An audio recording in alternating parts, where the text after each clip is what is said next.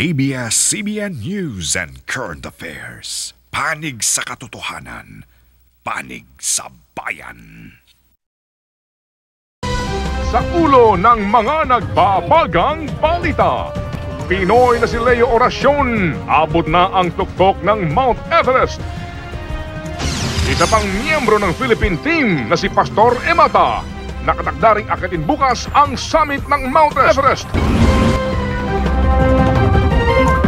Live mula sa ABS-CBN News Center, Manila, Julius Babaw, Ted Filon at Karen Davila.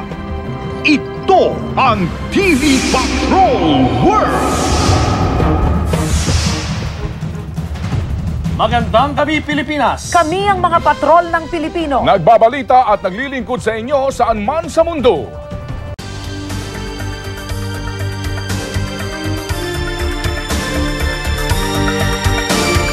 Ngayong naakyat na ni Leo Oracion ang tuktok ng Mount Everest, masayang-masaya ang kanyang mga kapamilya at kababayan ni Leo sa Lucban, Quezon. At naandun po nagpapato mga kaibigan si Willard Cheng.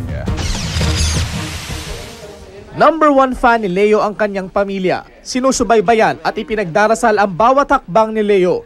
Araw-araw masugid silang nag-aabang ng balita mula sa kanilang bahay sa Lucban, Quezon. Ang bunsong kapatid ni Leo na si Minet, tinatabi ang mga magazine at newspaper clippings kung saan bida ang